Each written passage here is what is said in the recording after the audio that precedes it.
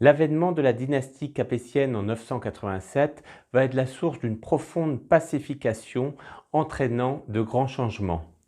En effet, le royaume des Francs est fortement marqué par la féodalité. Les seigneurs passent leur temps à se faire la guerre et la population vit dans la peur. À partir de Louis VI, l'Église invite le roi à mettre de l'ordre dans le royaume. Ce roi s'en prend notamment aux barons pillards et les condamne très sévèrement.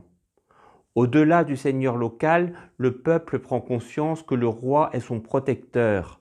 Le roi Saint-Louis, rendant la justice sous son chêne, en est le modèle. Cette pacification intérieure amenée par les rois capétiens va être la source de profondes mutations, notamment au XIIe siècle. On parle du siècle du grand changement. On ne parle d'ailleurs plus du royaume des Francs, mais désormais de la France. Les moines défrigent les terres et développent de nouvelles techniques agricoles permettant à la population de mieux se nourrir. Des surplus sont vendus dans les villes, la paix provoque un accroissement démographique, la main-d'œuvre nombreuse participe à la reconstruction des villes.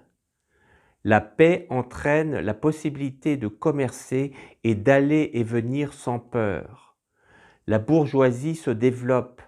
C'est une période de prospérité.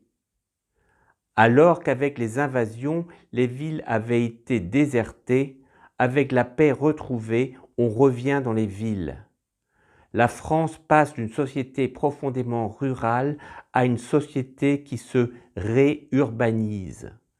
Et le symbole de la renaissance des villes, c'est la construction sur tout le territoire d'immenses cathédrales.